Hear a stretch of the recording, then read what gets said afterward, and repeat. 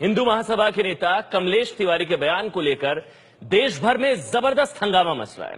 लखनऊ से लेकर भोपाल तक मुसलमान विरोध प्रदर्शन कर रहे हैं। उत्तर प्रदेश के सीनियर मंत्री आजम खान ने, आपको याद होगा, कुछ दिन पहले कहा था कि आरएसएस में लोग इसलिए शादी नहीं करते क्योंकि वो समलैंगिक होते हैं। यह बयान था आजम खान का। इसके विरोध में कमलेश तिवारी ने मोहम्मद साहब के खिलाफ बयान दे दिया। कमलेश, आपको बता दें, इस समय जेल में हैं। आपको दिखाते हैं कि ये कमलेश तिवारी हैं कौन, जिनके बयान को लेकर जबरदस्त हंगामा मचा हुआ है।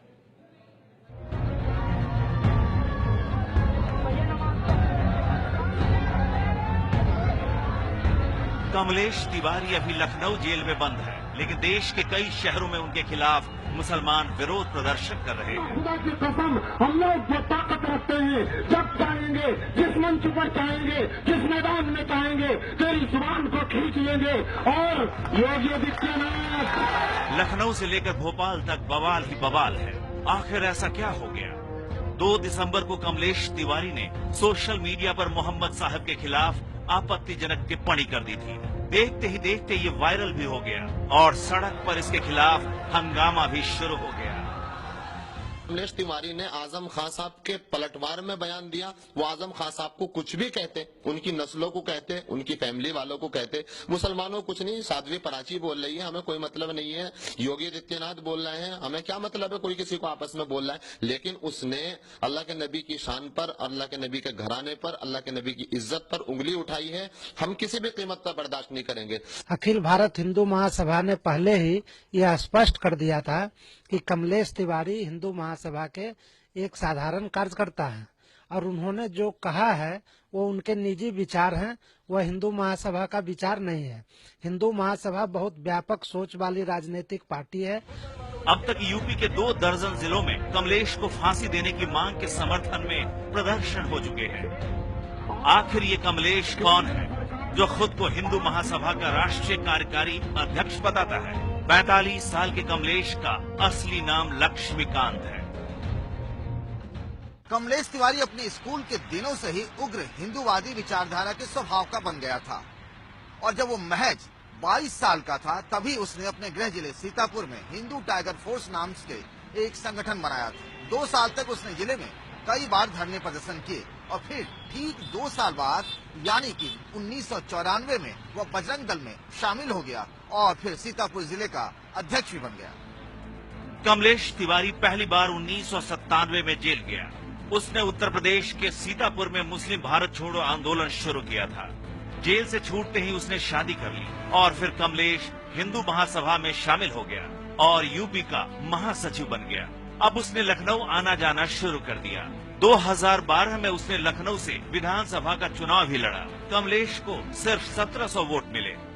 लखनऊ के खुर्शीद बाग में अखिल भारतीय हिंदू महासभा का दफ्तर है। ये वो कुर्सी है जिस पर आमतौर पर कमलेश तिवारी बैठा करते हैं और इस कमरे में कई चीजें हैं। नाथूराम गोडसे, महात्मा गांधी के हत्यारे जो हैं, हत्या करने वाले, उनकी तस्वीर भी है।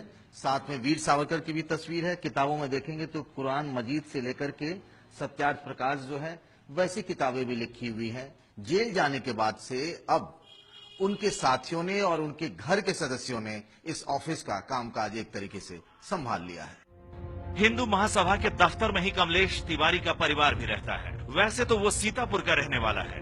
उसके 3 बेटे हैं और पत्नी किरण भी हिंदू महासभा के लिए काम करती है। वो महिला सभा की प्रदेश अध्यक्ष है।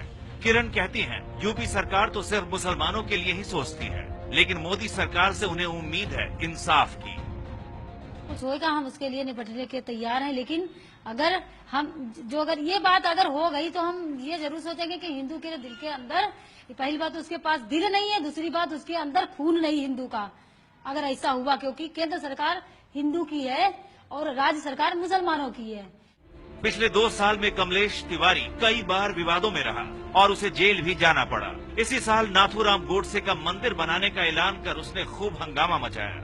वो लखनऊ और सीतापुर में ऐसा मंदिर बनवाना चाहता था। इसी साल अगस्त के महीने में कमलेश ने काशी चलो का नारा दिया था। वो अपने समर्थकों के संग श्रृंगार गौरी मंदिर में जलाभिषेक करने की तैयारी में था, लेकिन पुलिस ने कमलेश को उसके घर से ही उठा लिया था। उसके साथी कहते हैं, हजरत साहब पर बयान देने से पहले उसने सलाह मशवरा भी किया था। पार्टी फोरम पे चर्चा हुई थी, उसके बाद तिवारी जी ने उस बयान की प्रतिलिपि जो है फेसबुक पे डाली, जिसको आग उर्दू ने छापा। उसके बाद जो है ये इस तरह के बवाल चालू हो गए। उसको उन्होंने डाउनलोड करके व्हाट्सएप पे डाला होगा। व्हाट्सएप पे तो ऐसा कोई मैसेज नहीं आया। वकालत की पढ़ाई बीच में ही छोड़ देने वाला कमलेश 8 बार जेल जा चुका है। ताजा मामले में वो 2 सितंबर से ही जेल में बंद है और करीब साल भर उसे सलाखों के पीछे ही रहना पड़े। यूपी सरकार ने कमलेश पर रासुका यानी एनएसए लगा दिया है। अब 11 महीने उसे जमानत नहीं मिल सकती है। अब तक कमलेश 8 बार जेल जा चुका है।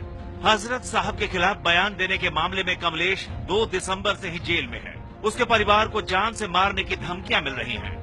इसीलिए अब हिंदू महासभा ऑफिस के बाहर पुलिस का पहरा है। मैं इस बात से बिल्कुल नहीं डर रहा, ना और लोग उलमा डर रहे हैं। हमारे एक दोस्त ने 1,51,00,000 का और हीरो का हार का भी किया है, और भी लोगों ने अलग अलग जगह किए हैं। इमाम काउंसिल वालों ने किया है, दिल्ली से 1 करोड़ का ऐलान हुआ है। अब तक तकरीबन मेरे नजरिए में कमलेश तिवारी के सर पर लगने वाली कीमत 30 करोड़ से जायद पहुंच चुकी है। और मुसलमान 30 करोड़ नहीं, अगर अरबों खरबों दौलत भी लुटानी पड़े अल्लाह के नबी की इज्जत और नामूस के लिए, हम लोग लुटाने के लिए तैयार हैं। All India Muslim personal law board के अध्यक्ष मौलाना राबे हसन नदवी ने यूपी के सीएम को चिट्ठी लिखी। उनकी मांग है कि कमलेश के खिलाफ कड़ी कार्रवाई हो। उसने हजूर की शान में जो गुस्ताखी की है, ये मुसलमान के लिए नाकाबिल बर्दाश्त है। सवाल तो ये भी है कि जब कमलेश तिवारी को जेल भेज दिया गया है, तो फिर वो कौन लोग हैं जो मुसलमानों के विरोध और हंगामे को हवा दे रहे हैं। कुछ जगहों पर उग्र भीड़ ने दूसरे समुदाय के घरों और दुकानों में आग भी लगा दी। 9 दिसंबर को मुस्लिम समाज के कई उलेमाओं और मौलानाओं ने यहीं लखनऊ में मुख्यमंत्री अखिलेश यादव से मुलाकात की और ये भी मांग की कि इस मामले में कमलेश तिवारी के खिलाफ कड़ी से कड़ी कार्रवाई हो। हालांकि उससे पहले ही उस पर रासुका लगाने का फैसला किया जा चुका था।